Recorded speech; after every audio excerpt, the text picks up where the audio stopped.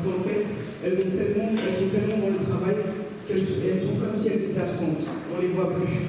Elles n'ont pas le temps. Le système fait qu'elles doivent travailler tout le temps pour nourrir leurs enfants, payer le loyer, payer l'électricité. On parle beaucoup des jeunes, mais on ne s'occupe pas d'elles. Heureusement que les associations de quartier sont là quand même. On sauve toujours une génération. Aujourd'hui, on va parler d'Adama Traoré. Mais qui se soucie de la mère d'Adama Traoré? Qui s'est soucié de la mère d'Adama Traoré? Ou de savoir si elle était bien où elle vit, si elle avait des structures qu'elle voulait? Je ne sais pas moi. Si elle fait de la couture, est-ce qu'on s'est soucié de savoir si elle avait de la lecture ou un club de couture dans bas de chez elle? Qui se soucie de nos mamans? On a l'impression que ces mamans-là n'ont pas de loisirs. Elles ne sont là que pour travailler, rentrer, donner à manger aux enfants. En France, à propos de la femme musulmane par exemple, on va renvoyer, oui, la femme musulmane, elle n'a pas de droit. Elle est dans la soumission de l'homme. Et en même temps, la France veut renvoyer qu'à ces femmes-là, aller travailler, payer l'électricité, payer le loyer. Parce que si tu ne payes pas ton loyer, tu es dehors. On leur enlève des congés, on leur enlève des allocations. C'est-à-dire que vous, quel droit vous leur donnez? Quelle place vous leur donnez en fait? Et en plus, et après, on vient tuer leurs enfants à ces mères-là. Je vous laisserai lire la suite sur les mamans.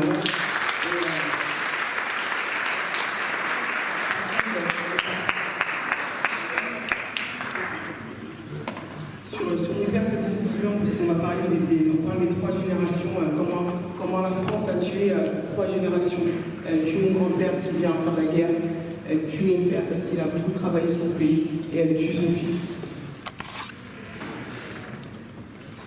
Qu'est-ce qui a changé dans la mort de ton père?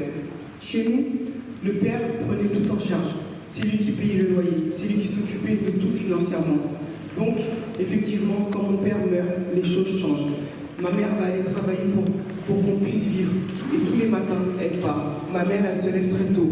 Très tôt, elle travaille le matin, elle va faire le ménage dans les gares entre Sarcelles et Persan. Récemment, ma mère s'est fait hospitaliser pour des problèmes de vue. Elle est restée 1 mois à l'hôpital à cause de son travail. Elle a des graves problèmes aux yeux, c'est la poussière de dehors, parce que ma mère travaillait sur les quais. Donc il y a beaucoup de poussière qui est rentrée dans ses yeux au cours de toutes ces années où elle a dû se faire opérer.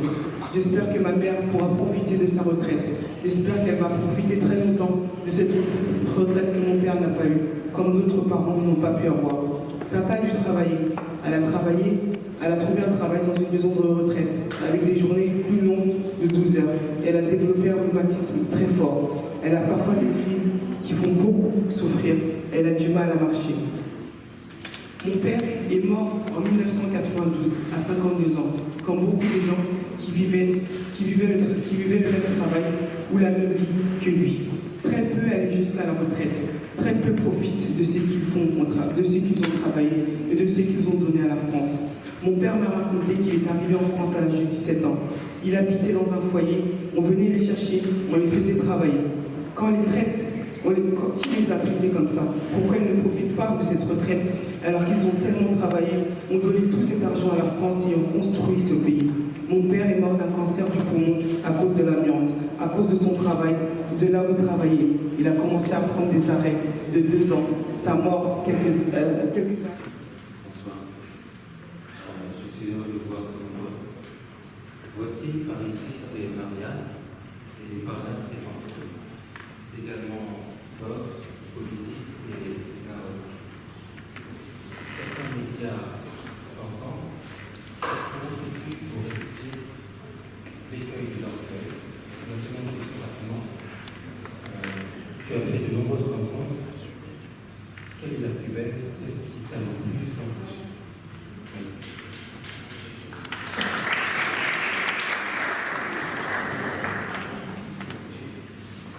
On va prendre la deuxième question aussi. Vous pouvez relever les mains sur cette question.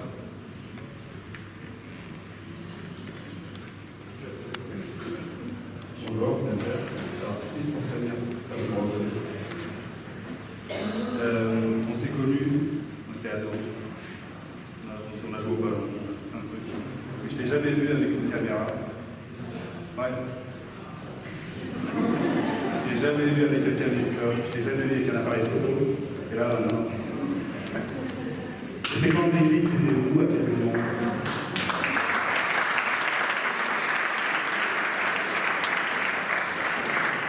Peut-être la troisième question, avant que les intervenants puissent répondre. Jean-Paul Lemoyne.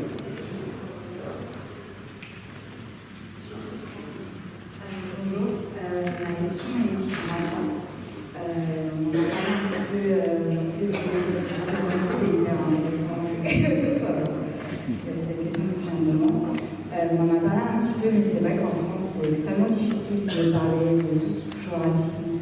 On a l'impression que depuis l'affaire Adama, on découvre en fait toutes les violences policières qui ont lieu dans nos banlieues, mais aussi en province et dans d'autres régions de France. Ma question c'était de savoir, est-ce que tu as des exemples en fait, de tentatives d'invisibilisation, parce que généralement, quand on parle de racisme, on dit non, mais le racisme on n'a pas, c'est tout l'esclavage, des siècles, ça c'est autre chose.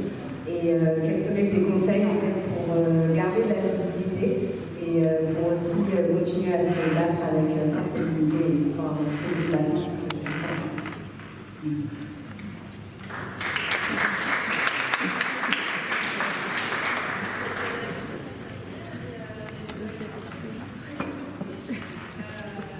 La question de cette rencontre particulièrement forte que tu as faite, comment tu résistes à la tentation de te stabiliser? Moi, je peux apporter la réponse. Déjà, quand on a fait le flyer et qu'on a mis à sa soirée, j'ai une planche écrivaine, tu m'as dit non, je suis pas militant, je suis porte-parole du comité à la main. Je ne veux pas te détacher de tout ça, mais c'est un élément de réponse. Et la troisième question, c'est comment tu peux garder, on parle beaucoup de silencier, etc. Comment tu peux visibiliser toujours ces combats, ces initiatives? Je pense que par exemple, écrire des livres, c'est partie de ça. Je te laisse répondre.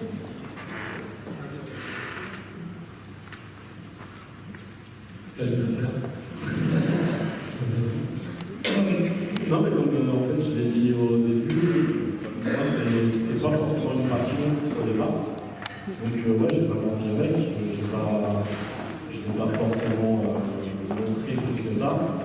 Et c'est en m'engageant dans le collectif que j'avais, donc vers l'âge de même plus de 20 ans, on se voyait déjà plus.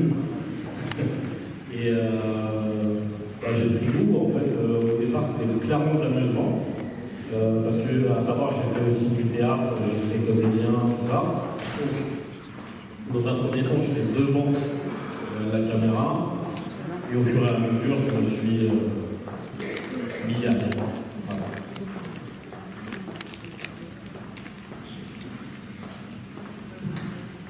Alors, sur la rencontre, je ne peux pas répondre à cette question. Franchement, j'ai rencontré plein de gens, toutes les personnes que j'ai rencontrées dans le combat de mon frère, ça a été que des belles rencontres. Hein. Et c'est des personnes qui ont toujours pris du temps pour ma famille, pour moi, et qui nous ont aidés dans le combat. C'est des personnes que je ne pourrais pas payer financièrement, mais parce qu'ils ont été là. Ça, c'est des belles rencontres en fait. C'est des rencontres qu'on ne peut pas monnayer, c'est des rencontres sincères et je sais pas, je pourrais pas, j'en ai plein. Mais il y a des rencontres qui ont été vraiment plus fortes que d'autres et plus belles que d'autres. Je sais pas, j'ai plein de belles rencontres. Et pour répondre à ta question, je sais pas, t'as dit Vogue, Zarok, Politis, tu sais, quand on fait quand je suis à la une de Vogue, je ne savais pas déjà. Et que je sais que le portrait que mon portrait sera dans une des plus grandes galeries d'Europe Monet. Quand j'arrive et que je vois, je fais voir mon frère, les gens me connaissent à Adama Traoré. Les gens vont savoir qui est mon frère. En fait, à travers tout ce combat-là, c'est que je veux que dans 10 ans, dans 20 ans, dans 30 ans, on puisse dire est-ce que vous connaissez Adama Traoré? Vous connaissez l'affaire Adama Traoré? L'affaire Adama Traoré, elle a mené un combat, elle a mené une bataille et qu'on a pu changer quelque chose. Et ça veut dire que vous, dans 15 ans, dans 20 ans, dans 30 ans, si on arrive à pousser ce combat très loin, donc vous pouvez dire, vous savez, quand vous allez parler à vos enfants, vos petits-enfants, vous pouvez dire j'ai participé à un combat, c'était le combat d'Adama Traoré. Il n'y a pas d'Assa Traoré s'il n'y a pas Adama Traoré. Moi, quand on parle de mon frère et de mon frère passe notre outre-Atlantique, et que là, quand je suis les Arocs, au début, je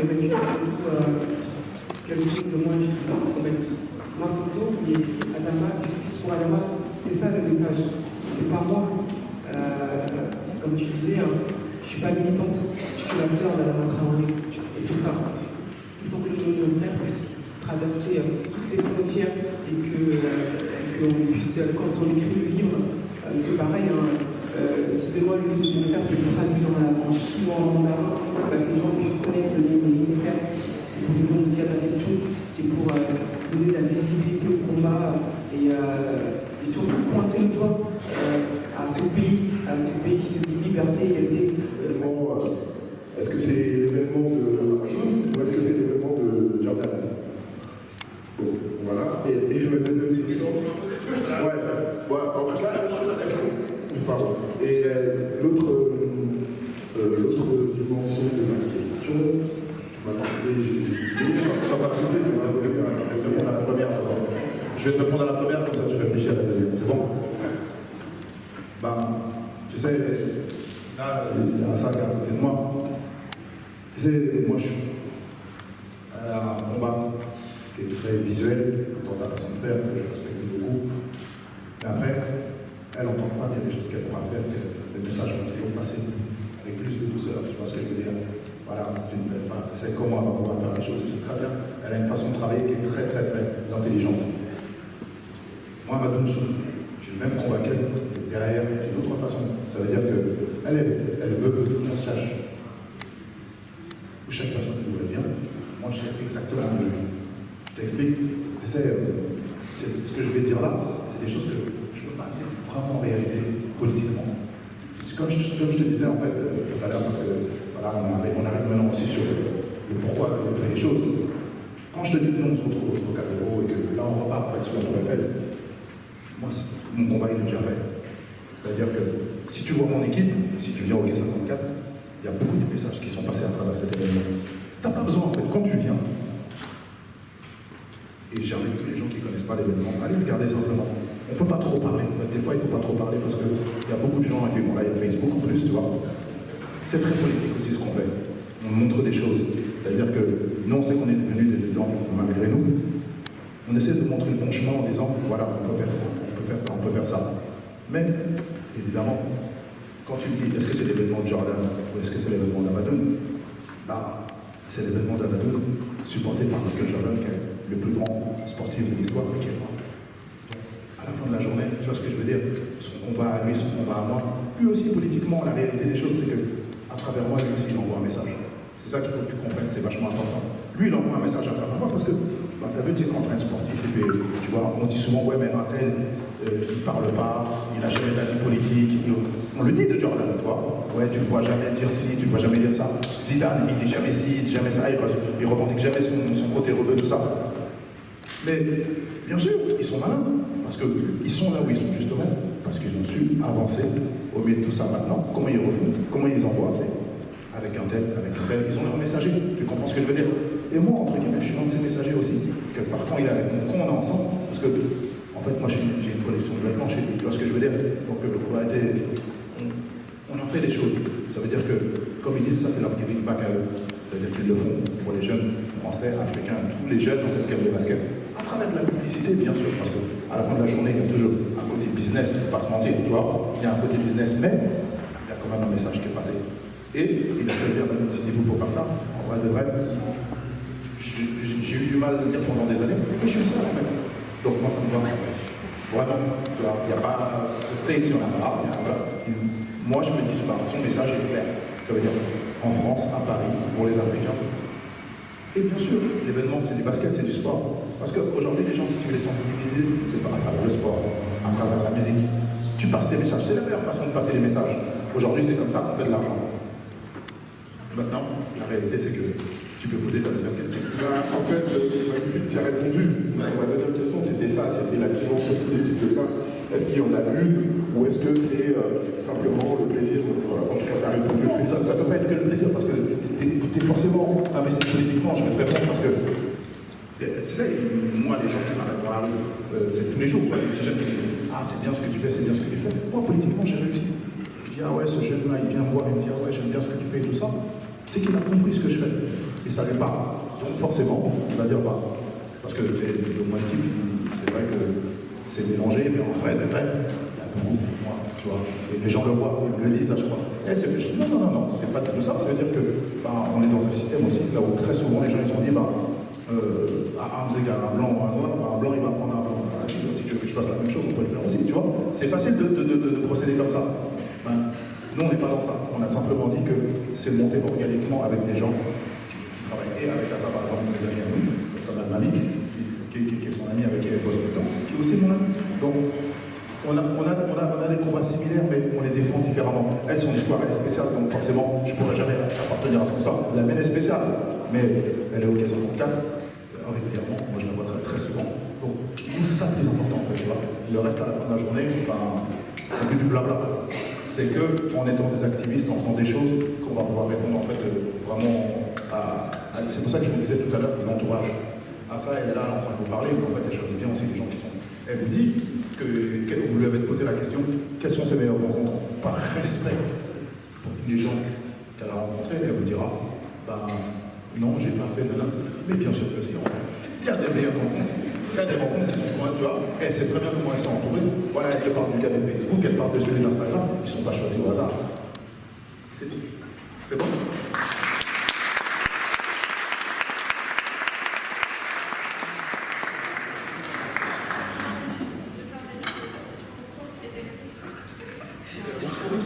Quelle réponse courte, pardon, excusez-moi. Bonjour, je m'appelle Amel. Du coup, moi j'avais une question. C'était quels seraient vos conseils pour nous qui avons des projets et autres à entreprendre? Et je vais aussi rajouter un petit truc, c'est AXA, trop cool, trop fort. Franchement, je suis tout cœur avec toi. Non, c'est génial.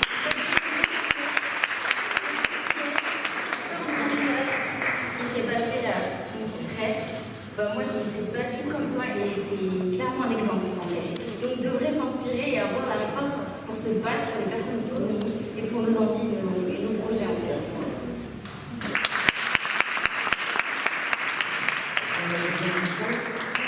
En fait, je vais t'aider. Si en fait tu passes d'une question à une autre, répondez aux questions et pensez à la suivante. Je te jure que c'est mieux. Vous croyez qu'on gagne du temps en faisant ça? Je vous jure que vous vous trompez. Parce que là, dans 2 minutes, on va dire c'était quoi sa question déjà? Regarde. Vas-y. Bonsoir, merci pour votre présence. Ma question, elle concerne un peu pour Madassa, mais elle est pour Samir et Amadou en fait. Je voulais savoir, est-ce que vous avez, vous subissez, vous avez déjà subi des contrôles policiers un peu violents et nous en parler? Voilà, parlez-nous par rapport à ça. Tu peux m'excuser, franchement, j'ai pas entendu la question. Est-ce que tu as subi des contrôles aux faciès que tu considères être des contrôles aux faciès qui étaient injustifiés par la police? Ça rejoint le combat d'Assa. Et je vous donne vos réponses. Merci. La troisième question, on va aller en plein gauche.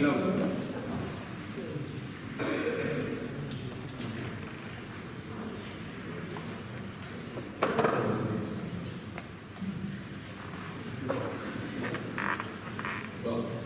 J'avais une question en fait quel a été le meilleur conseil que vous avez donné jusqu'ici? Une autre, parce que c'est un peu la... Une autre.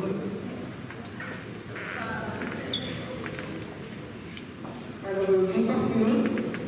Moi, j'ai une question un peu pour vous trois. Donc, pour commencer à ça, on sait qu'à l'occasion du grand débat, dans les mairies, il y a des carnets de doléances qui sont à la disposition des citoyens. Donc, je voulais savoir si vous avez fait une doléance. Monsieur,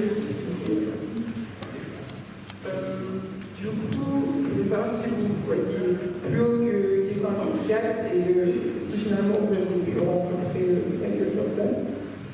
Et donc du coup, monsieur Samy, c'est le repas comme vous voulez. On sait que du coup en France et sur le paysage audiovisuel français, il y a vraiment des carences au niveau des programmes et un manque de représentation. Donc je voulais savoir avec votre média du coup si vous travaillez à la conception de séries, de films, de reportages qui seraient diffusés sur des chaînes diffusées au grand public. Quoi. Et un média qu'on ne travaille pas forcément sur des séries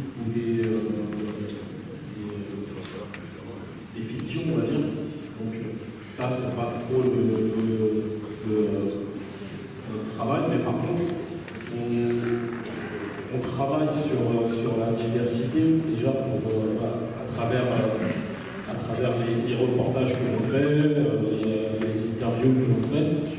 Moi, j'avais travaillé sur le documentaire Ballon sur bitume, qui parlait à la base du street football, mais en vrai, en travaillant dessus, ça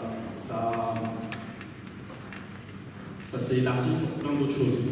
On est parti du street football, mais en réalité, on a parlé de la vie dans les quartiers, la diversité forcément, et donc on y travaille, oui, ça c'est sûr. Et pour un conseil, pour répondre à la jeune fille, moi c'est pour un peu rebondir sur ce que disaient Assa et Amadou. Ce que disait Amadou, à un moment, il disait en France, on vous dit souvent en France il n'y a rien à faire, il faut partir autre part. En fait, il faut rester. Parce que je reprends une chose que hier, par exemple, hier, à la prison de Villepinte, et un jeune nous interpellait en nous disant c'est malheureux, à chaque fois on nous donne des exemples dans le sport, des exemples dans l'art, dans la musique, et il disait, et c'est un peu contraignant en fait, on n'a pas d'autre choix. Moi, je pense qu'il faut, je vais appeler ça de la fatalité, même si ça n'en est pas. Je pense que c'est un premier pas. Moi, mon grand-père, quand il est arrivé d'Algérie, enfin mes grands-parents, quand ils sont arrivés d'Algérie, ils n'avaient pas accès à ce que je fais aujourd'hui.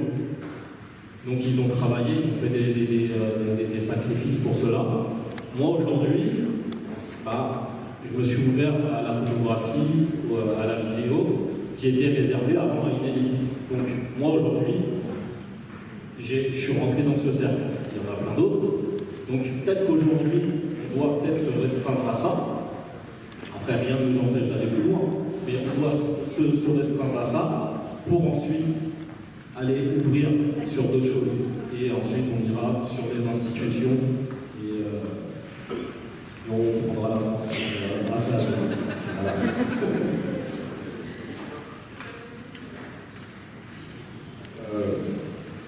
Vous avez demandé si j'ai déjà suivi un contrôle au faciès. En vrai, moi, quand on contrôle, je kiffe. Non, pour être honnête, j'aime bien sortir ma carte, vous avez regardé, je suis la con française. Voilà, donc en vrai, contrôle le faciès ou pas, contrôle-moi autant que tu veux, mon gars, tu vas souffrir. Parce que je suis bien ici, je suis bien m'asseoir en France pour bien longtemps. Ça vous va?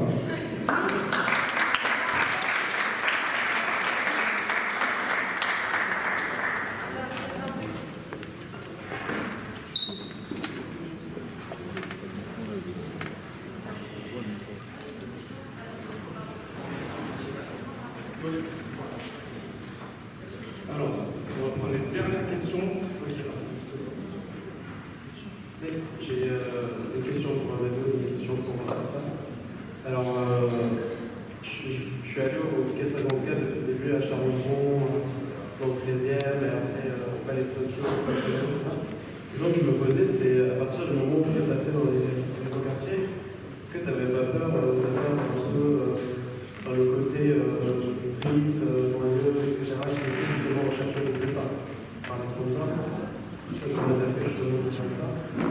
Question pour Assa, on parlait des entourages. Un de ceux qui t'ont soutenu depuis le début, c'était Geoffroy Gagnoni. Et je voulais savoir, c'est justement avec lui que tu as écrit le livre. Comment vous avez fait pour travailler ensemble? Qu'est-ce qui t'a apporté, etc. Sociologie, philosophie.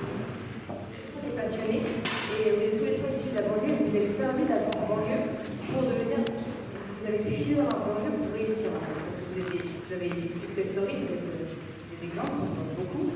Est-ce que vous avez choisi, vous avez puisé dans la banlieue parce que vous avez vu qu'il y avait un monde entre la banlieue et le reste, ou bien c'est un choix? En fait, est-ce que la banlieue est un choix? Utiliser dans la banlieue, c'est un choix, ou bien vous y êtes contraint en fait. Et je sais que vous avez des parcours différents. Pour Assa, c'est vous. Je ne sais pas, je vous laisse répondre. La question elle est intéressante, tout le monde a utilisé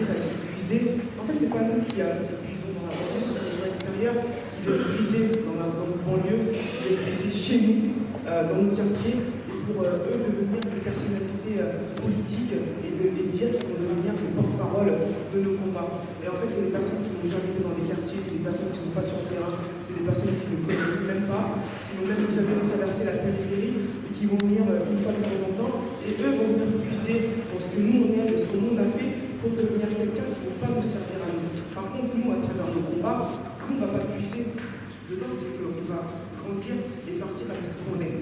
Ce que nous, on est, c'est du vrai, c'est de la réalité, c'est du concret. C'est-à-dire qu'il n'y a pas de mensonge, on ne va pas aller dire, on va aller partout, on va aller puiser chez les autres.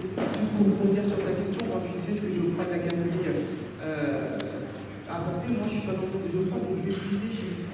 Voilà, et comme lui va puiser chez nous dans le quartier, par contre, moi, je peux lui dire que je lui ai apporté beaucoup de choses. Peut-être que sa vision, on a coécrit ensemble et qu'on est devenus amis aujourd'hui, c'est que c'était une relation de donnant-donnant, que ces idées, je les partageais, mais je peux dire qu'aujourd'hui aussi, c'est qu'à travers le combat, à travers ce qu'on a vécu, ce qu'on a fait, ces idées et ces propos ont évolué. Nous aussi, on peut faire évoluer les gens, on peut les faire grandir dans leur façon de penser, de faire, et surtout dans leur entourage. C'est que quand il vient et avec le combat d'Ama, peut-être dans son entourage, attention, c'est ça, arrêtez de fantasmer, parce qu'il y a un très gros fantasme sur le quartier populaire. Les gens ils pensent que les quartiers, c'est plus un jeune entre 16 et 18 ans qui porte un duc des baskets et qui est dans leur dire, mais non, il y a des adultes, il y a des grands-parents, il y a des bébés, il y a des enfants, il y a une vie dedans. Donc c'est tout ça pour répondre à ta question. C'est comme pour lui, c'est moi qui décide si je veux écrire, si je ne lui donne pas l'accord d'écrire avec moi, je ne le fais pas. C'est moi qui ai ce pouvoir, c'est moi qui décide. Et comment ça s'est fait, en fait, on avait eu un dialogue avec la collectivité du Temple, et en fait, c'était un dialogue en fait, dans lequel chacun écrit ses parties. Et ensuite, moi, je lis la question. Tout à l'heure, on a sauté la question d'un jeune homme qui disait c'est quoi le meilleur conseil. Pour moi, c'est une question les plus importantes parce que si c'est les meilleurs conseils qui ont fait qu'aujourd'hui, moi, je suis là dans ce combat avec mon frère. Moi, ce que je peux retenir du combat de mon frère, c'est que même si je suis la porte-parole du combat, je ne sais pas tout, je ne connais pas tout. J'écoute ce que les gens vont dire, j'écoute surtout ce que les gens connaissent, ce que moi je ne connais pas. Ils m'ont toujours dit, ces personnes-là m'ont toujours dit, toutes les décisions que vous allez prendre, la question qu'il faut te poser, quel est l'intérêt pour ton frère, quel est l'intérêt pour ton frère? Est-ce qu'il y a un intérêt pour ta famille? Si tu n'arrives pas à répondre à ces deux questions, est-ce qu'il y a un intérêt dans ce que tu vas faire, dans la décision que tu vas prendre? Quel est l'intérêt? S'il n'y a pas d'intérêt, ne le fais pas. S'il n'y a pas de conséquences, ne le fais pas. Et ça, je pense que c'est à chaque fois que je fais quelque chose, je me pose toujours cette question. Quel est l'intérêt? Est-ce qu'il y a un intérêt pour le combat? Est-ce qu'il y a un intérêt pour la faire avancer? Est-ce qu'il n'y a pas d'intérêt? Est-ce que c'est pas... Je te réponds juste derrière. La question que vous avez demandé, en fait, c'est quel conseil qu'on donnerait donc, pour les futurs entrepreneurs ou envie d'être entrepreneur. Moi, je l'ai dit au début dans mon discours, je l'appelle donc. La première chose, c'est l'entourage. Vraiment, parce que c'est super important. On s'en rend pas compte parce que les combats, son combat est différent encore une fois. Au final, un combat reste un combat. C'est toujours ton équipe qui va t'amener plus loin. C'est-à-dire que si tu n'as pas des gens qui sont solides autour de toi, ça ne va pas aller. Deuxième chose, comme elle me disait, écouter les gens aussi qui sont autour pour avoir un avis. Mais moi, la plus grosse chose que je dis, la plus importante, et c'est bien ça le problème que j'ai remarqué qu'aujourd'hui, beaucoup de jeunes, ils se trompent de faire ce qu'on sait faire. Pas forcément de faire ce que l'on aime. C'est malheureux. Ça, c'est une réalité de la vie. Il y a des choses, des fois, qu'on va aimer énormément. Moi, je suis producteur d'un artiste qui s'appelle Salek aussi, que je pense que la plupart des jeunes connaissent. Et ce qui se passe, c'est que il y a des gens qui vont être là, qui veulent faire de la musique à tout prix. J'en rencontre des petits jeunes qui viennent me voir à chaque fois. Ils me font écouter leur musique, mais c'est tellement nul. Non, mais je vous jure, ils sont tellement nuls, mais ils sont persuadés qu'ils sont forts. Ils disent, ouais, moi, mes amis, ils me disent ci, ils me disent ça, et je fais. Moi, j'ai même pas de force, en fait, à ce moment-là. Je lui dis, en fait, si je lui dis, t'es nul, il va me rire toute sa vie. D'accord? Et c'est dans mon pays, on peut pas ce que j'ai pas envie d'avoir. Et je me dis, mais qu'est-ce que je fais? Et parce que je suis obligé de mentir à chaque fois en disant, continue à travailler. C'est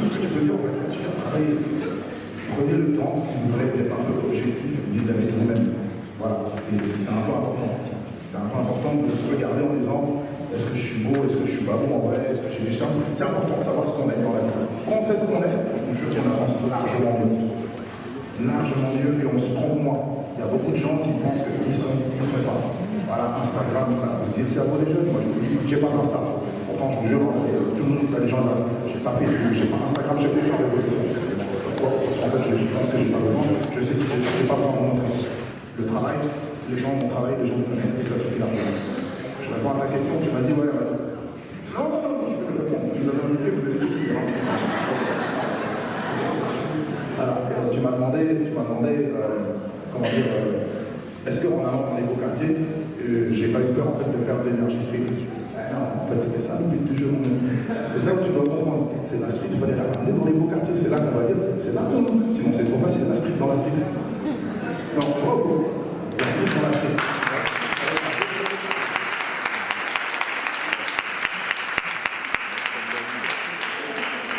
Ils ont envie de venir dans ces îles c'est pas difficile de les amener là-bas. Juste si je peux compléter après tu les as, c'est super important de ramener la street dans les beaux quartiers, mais c'est aussi important de ramener les beaux quartiers dans la street. Ça c'est moins important pour moi. C'est ce que. C'est pourquoi? Parce qu'en fait, ils viendront que s'ils ont envie, et la réalité, tu veux que je te dise quoi? Nous, on est moins réalistes de ce qui se passe dans les beaux quartiers que les beaux quartiers qui se passent. Ils savent très bien ce qui se passe chez nous. Ils le savent très bien. Ils font semblant de pas le savoir. C'est une réalité. Ils vont toujours dire, comme nous, on leur dit souvent, venez chez nous, hein. Mais ils le savent très bien ce qui se passe. C'est pour ça qu'ils ne viennent pas. C'est tout. Quand on organise, nous, les after-work dans les quartiers, et qu'on dit qu'on les fait dans les quartiers, et qu'on dit aux gens, c'est ouvert à tous, mais venez poser la main de chez nous, quand AXA, tous les 19 juillet, on les fait à Beaumont, venez si vous voulez soutenir. Je pense que c'est tout aussi important que aussi, des fois, recentrer les choses sur la banlieue, pas toujours attendre d'être validé par Paris, tu vois. Mais c'est très important de aussi investir les beaux quartiers trop là avec ce que tu fais par exemple. Je pense juste que c'est complémentaire, c'est tout ce que je voulais dire. Non,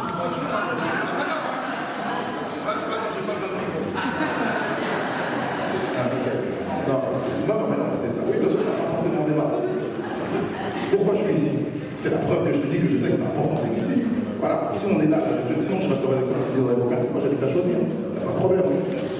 Je suis ici aujourd'hui parce que je sais que c'est important que tout cela, moi j'aimerais bien que tout cela devienne les habitants dans le 16e et le 17e. C'est là, en fait, c'est ce que je dis. On n'a pas besoin d'être validé par Paris. En fait, comme tu dis, même en vérité, tu veux pas, en termes de communication, quand tu es dans Paris et quand tu es dans la banlieue, c'est pas pareil. On est d'accord?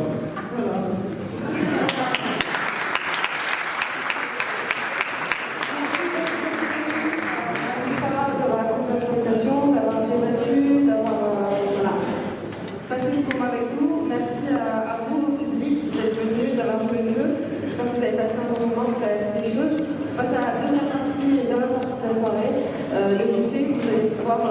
Networker, vous connecter entre vous. Les t-shirts, donc il y a les t-shirts, il y a les livres de l'Insta, de la SAP, il y a les stands des associations électriques qui financent les voyages humanitaires. Voilà, restez un peu pour moi. L'important avec cette partie de la soirée, juste une seconde, c'est qu'on veut faire de chaque réussite individuelle des réussites collectives et qu'on essaie de parler le plus possible du collectif et d'avancer ensemble et de s'entraider. C'est ce qu'on essaie de aussi dire pendant cette heure. Merci beaucoup.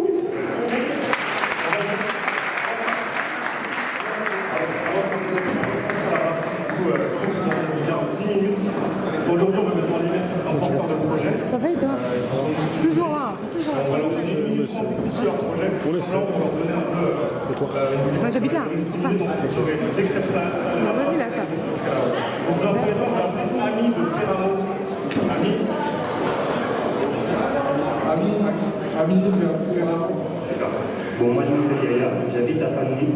Et avec ma femme, on a remarqué qu'il y avait un vrai problème d'accessibilité aux produits sains et bio en banlieue. Donc, je pense que ce problème il est partagé par beaucoup d'entre nous.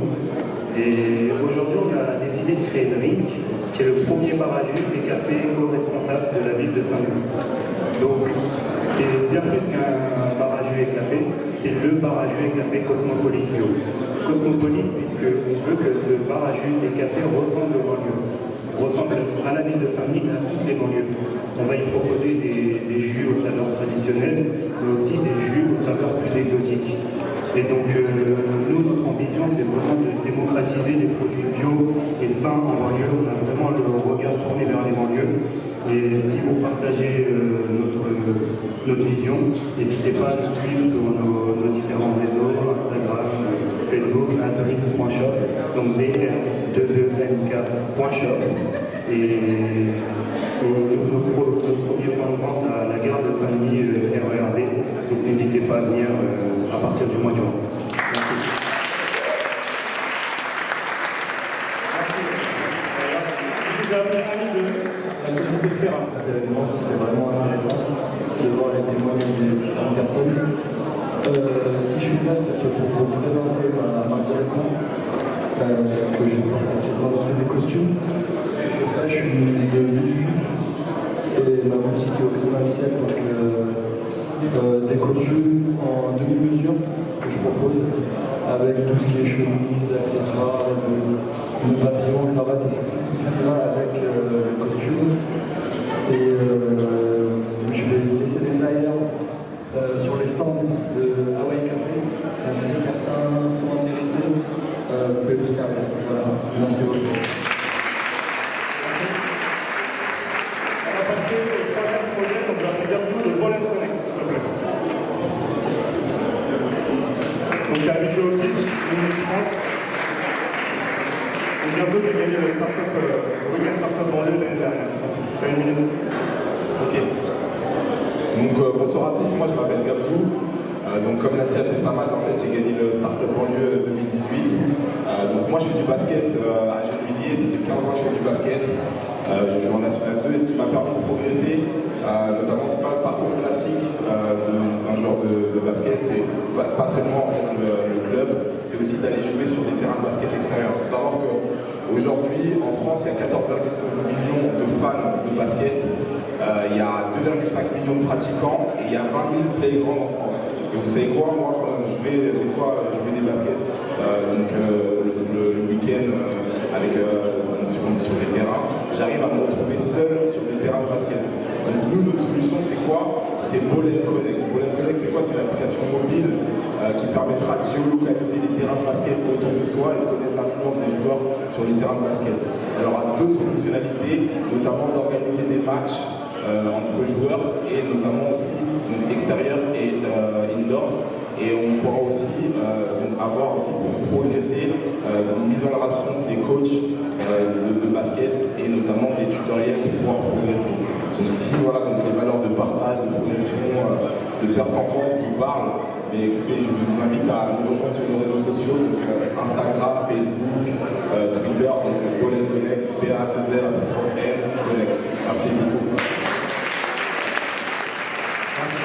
Encore 2 projets, s'il vous plaît les gens à l'arrière, je vais demander un peu de silence pour les 2 derniers projets, ça va durer seulement 2 minutes. Donc je vais appeler Ali, le speaker corner. Bonsoir à tous, bonsoir le public, bonsoir les gens des crêpes. Alors moi je m'adresse aux fans de foot parmi vous, ou ceux qui ont un pote qui connaît le foot plus que nous. Je développe une startup qui s'appelle Speaker Corner.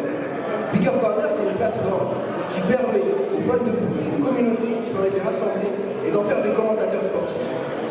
Maintenant, les matchs de foot ils seront commentés par des gens qu'on connaît, des gens qui ont leur propre style, des gens qui supportent le même club que vous. Et c'est des gens que vous allez pouvoir suivre et avec qui vous allez pouvoir échanger en direct pendant le match. Speaker Corner, pour l'instant, c'est une plateforme sur laquelle on commande des matchs et on peut tester dès maintenant et venir s'entraîner et progresser. Voilà, merci. Si vous cherchez, je peux vous dire. Merci. Tu peux partager ton Instagram peut-être? Mon Instagram, c'est SPKR Corner. Speaker Corner. SPKR Corner. Merci. Donc, le dernier projet, j'espère qu'elle est là, c'est Cathy, le japonais. Est-ce qu'elle est là? Cathy. Non, bah du coup, vous pouvez aller manger. Pour vous expliquer, du coup, vous avez les crêpes salées là-bas, crêpes sucrées là-bas. Et vous avez une application, vous avez été invité à vous connecter à une application qui vous permet de savoir qui est dans le public. Donc si vous cherchez un stage, un emploi ou un associé, n'hésitez pas à les chercher sur cette application. Disons-nous les choses avec Samir du Média Yard. Comment vas-tu? Très bien. Ça va, tout va bien? Ça va, tout va bien. Dis-nous un peu ton ressenti après cet after work. Bah, déjà, c'était un très bon événement, très bon moment passé. Après, pour moi, personnellement, c'est un peu dur de m'exprimer devant autant de gens. Normalement, moi, je suis derrière. Ouais, t'es un homme de l'ombre. Voilà, c'est ça, c'est ça. Mais là, de plus en plus mis en avant, donc c'est un peu bizarre. Mon frère, t'as vu, nous, en tant que bloquante radio et plein d'autres médias, parce qu'on a une émission qui s'appelle La Récré, c'est avec Barberich, d'Urban Heat à l'époque, et de Diva Mag, et on regarde vos médias, en fait. Et Yard, je tenais à te féliciter, mon frère, parce que je vois là... je suis pas tout seul, il y a une très grosse équipe. Exactement. Et des fondateurs. Ouais, vous faites partie des majeurs qui font le bon boulot. En plus, vous traitez de divers thèmes, pas que la musique, des thèmes de société, comme le foot de rue et le foot de rue que vous avez traité. Moi, j'ai vu le reportage et clairement, ça fait tourner entre nous. On va dire, ça, c'est du boulot, ça. Bah, merci beaucoup. C'est du boulot. Et du coup, dis-nous un peu les perspectives de Yard. Les perspectives de Yard, c'est toujours déjà de perdurer, puisque c'est pas évident. Forcément, toujours d'essayer de parler et d'être un haut-parleur de la culture urbaine et de bien le faire, en fait. Est-ce qu'on peut s'attendre à ce que Yard fasse un peu comme Click, c'est-à-dire avoir une chaîne de télé sur un réseau, sur un canal, comme ça? Je pense... je peux pas répondre pour tout le monde, mais de ce que je peux dire, je pense pas. Je pense pas qu'on ira vers la télé parce que aujourd'hui le digital a pris le pas et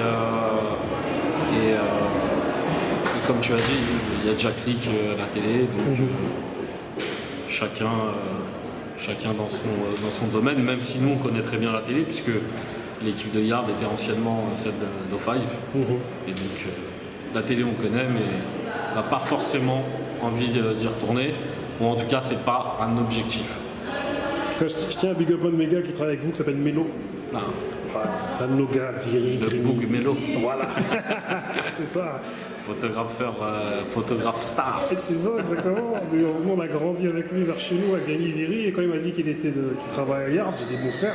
Ah bah, Mélo, c'est un membre fondateur de Yard, clairement. Ok. En tout cas, moi, j'aimerais t'inviter dans nos locaux carrément, parce qu'on fait des émissions dans nos studios.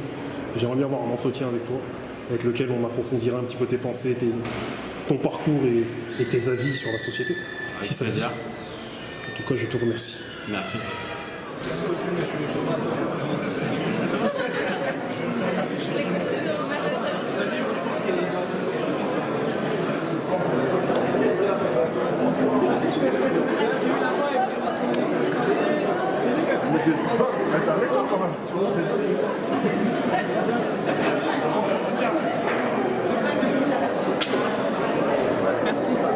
Merci pour la force parce que c'est pas évident de pouvoir changer.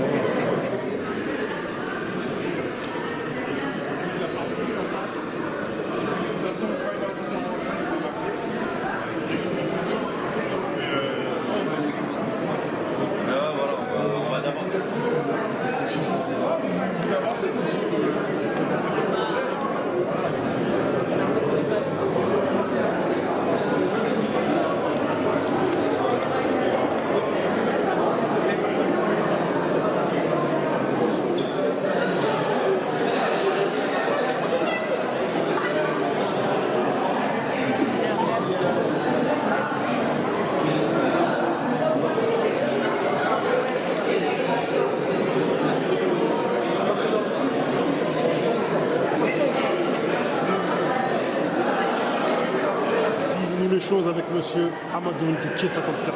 Comment vas-tu mon frère? Ça va très bien, Dieu merci, et toi-même? Ça va, tout va bien? Ça va. J'ai vu que tu avais une sacrée répartie mon frère. Tu trouves ça? Ah Joe, tu es ce qu'on appelle chez nous un technicien du dialogue. C'est vachement important pour parler aux jeunes, tu vois, non? Il faut que, non seulement qu'on ait un minimum de répartie, mais aussi qu'on parle le même langage qu'eux, en fonction de l'endroit où on se trouve, bien sûr.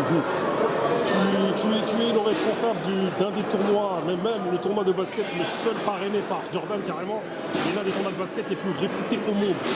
Comment expliques-tu le fait que il y a un plafond de verre sur le plan médiatique, en tout cas en France, que tu n'arrives pas à dépasser? J'ai déjà ma réponse, mais je veux juste l'entendre dire. Bah, en vrai, je ne suis pas sûr en fait, que j'ai le plafond vert. Je pense que aussi le basket, ça reste un sport de niche en France. Tu vois ce que je veux dire? La Ligue française de basketball, même si elle est très, très élevée en termes de niveau, elle n'intéresse pas grand monde. Tu vois ce que je veux dire? Donc, forcément, nous, je trouve que par rapport à la Ligue même, on est un tournoi qui n'existe que sur 2 jours. Bah, en vrai, on rayonne quand même en France. Tu vois ce que je veux dire? Maintenant, c'est sûr que d'autres imagineraient que ça devra dépasser d'autres horizons. C'est vrai qu'on est connu plus à l'étranger qu'en France, mais bon, c'est aussi la loi du sport sur lequel tu as choisi de travailler. Si je faisais du foot, c'est sûr que je serais dans un autre niveau. Parce que quand on voit le retentissement qu'a le T54, carrément, le journal de TF1 et de France 2 devrait même carrément faire des gros titres sur le T54. Non, ils en ont déjà fait. Tu vois, ce serait un mensonge de dire qu'ils ne l'ont pas fait. Si, on a déjà fait le journal de TF1, on fait sur beaucoup BFM, on fait beaucoup aussi... Non, on fait beaucoup les chaînes de sport. Après, forcément, quand tu dis K54, tu t'expliques pas aux gens qu'est-ce que c'est. Il y en a plein qui ne savent pas exactement qu'est-ce que c'est une compétition de basket. Mais en réalité, pour être honnête avec toi, on est aussi très dans notre façon de faire qui est très ciblée. On aime bien aussi parler beaucoup aux gens qui nous suivent. Tu comprends ce que je veux dire? Donc on aime grandir avec une communauté qui est fidèle. Pas parler à n'importe qui, parce qu'en vérité, quand tu parles à n'importe qui, ça veut dire que ces gens-là peuvent partir à n'importe quel moment. Parce que quand je parle de gros titres, c'est carrément, il devrait y avoir, comme à BFM, des grands angles qui est 54. Nous, c'est ce qu'on estime, parce qu'on se dit que l'événement est important et super bien organisé, quoi. Bah, entre ce que nous, on va estimer et la réalité des choses, tu vois ce que je veux dire? Il y a un fossé, tu vois, je veux dire, même le handball en France, tu as vu des fois l'équipe de France, on va je t'explique, l'équipe de France de basketball, elle est même pas suivie en télé quand elle fait les championnats d'Europe.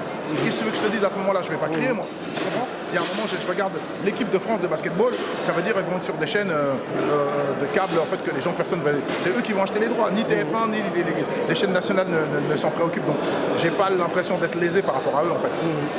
Quel est ton ressenti par rapport à cet afterwork?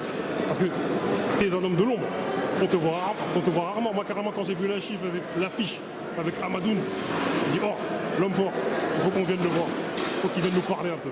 Bah, qu'est-ce que je pense des événements comme ça? C'est que c'est important pour des gens comme nous, en tout cas, tu vois, qui sont devenus malgré nous des petits symboles pour les jeunes, tu vois, bah, de venir leur donner de l'énergie et du jus, tu vois, et leur dire la vérité, parce que je sais qu'un gars comme moi, quand je reviens dans les quartiers, je parle plus facilement aux jeunes.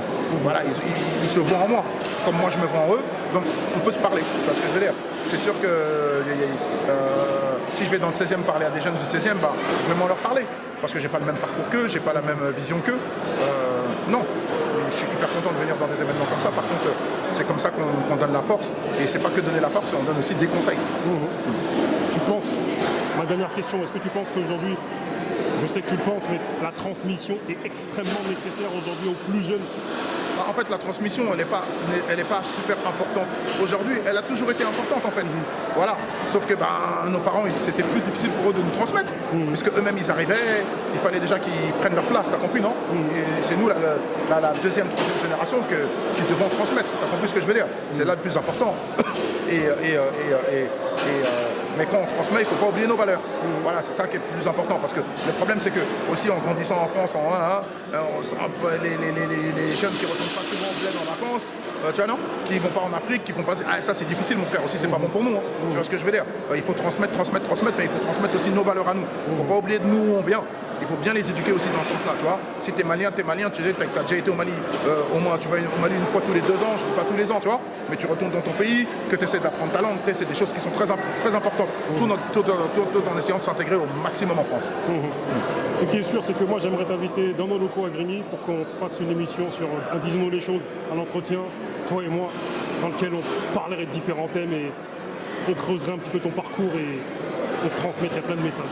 Inch'Allah, mon pote, il n'y a pas de problème. Je te remercie. Pas de problème. Disons-nous les choses avec Get Up. Inès et Yacine. Je veux juste savoir votre ressenti sur cette soirée, c'est tout. Qu'avez-vous pensé de cette soirée qui est passée? Parce qu'en plus, vous enchaînez les after-work. Ouais, on est en tournée là, on fait parler des sports bientôt. On a Dadju en première partie. Non, c'était. Hier, on était à 1020 à la maison d'arrêt. Ouais. Le 5, on était dans le 20e, mais là, c'est hybride. Franchement, toujours un plaisir de faire ça, de connecter les gens, de faire parler des gens inspirants. On différentes parties. Soirée posée, franchement, les intervenants étaient très cool. Et les gens sont restés. Tout le monde est un peu arrivé en retard, mais petit à petit, les gens sont arrivés. Et ce qui est cool, c'est que les gens sont restés jusqu'au bout. Il y a encore des gens là qui attendent. Après, il y a les crêpes, ça aide et tout. C'est ça, exactement. Mais non, les questions du public étaient hyper pertinentes. La salle est plutôt bien quand même, et assez grande. Et on a des bons retours quand même. Bon afterwork. Mais la particularité de cet afterwork, c'est que vous avez sorti des hommes de l'ombre. C'est-à-dire Pas que des hommes déjà. Oui, des hommes et des femmes de l'ombre. Et moi, ceux qui m'ont vraiment interpellé, c'est Amadoun de K54 et monsieur Samir Le Bakou. de Ya. Comment les avez-vous dénichés? Je sais même pas comment on l'a déniché. Bah, toi, tu faisais des maraudes avec Samir, c'est comme ça qu'on a. Ah oui, c'est moi. Ouais. Non, ouais, Samir par exemple, on s'est rentré dans un cadre qui n'a rien à voir, on faisait des maraudes, etc. Et par exemple, Amadou du K54, jusqu'à aujourd'hui, je connaissais pas son parcours, parce que j'ai pas suivi la programmation. Et ouais, j'avoue, c'est vrai que c'est mortel. En tout cas, pour Amadou, c'est mortel de mettre un visage sur un K54, c'est un vrai truc, tu vois. Et tu te dis, ouais, en fait, c'est pas genre juste un truc Jordan, tu vois. C'est quelqu'un d'engagé politiquement, mais on essaie toujours de ramener des gens qui ont quand même un combat dans travers ce qu'ils font. Et là, ça s'est bien illustré, donc on est content. Quelles sont les perspectives? Tu m'as dit qu'est-ce que c'est? Dis-moi les perspectives, c'est la déjà, il a un vrai flash là. Exactement. Quelles sont les perspectives pour les perspectives Get Up. Déjà, s'il y a des gens qui regardent cette vidéo et qui sont dans une ville où il y a moyen et possibilité de faire un afterwork, envoyez-nous des messages. On est archi ouvert si vous êtes une asso, si vous êtes quelqu'un de l'ombre, mais généralement les gens de l'ombre ne vont jamais se dénoncer, tu vois. Et déjà ça, si vous avez de l'argent à nous donner, ouais, grave. Ça fait toujours plaisir, l'argent ça paie pas. Voilà. Venez au prochain. Merci à vous. Merci à toi.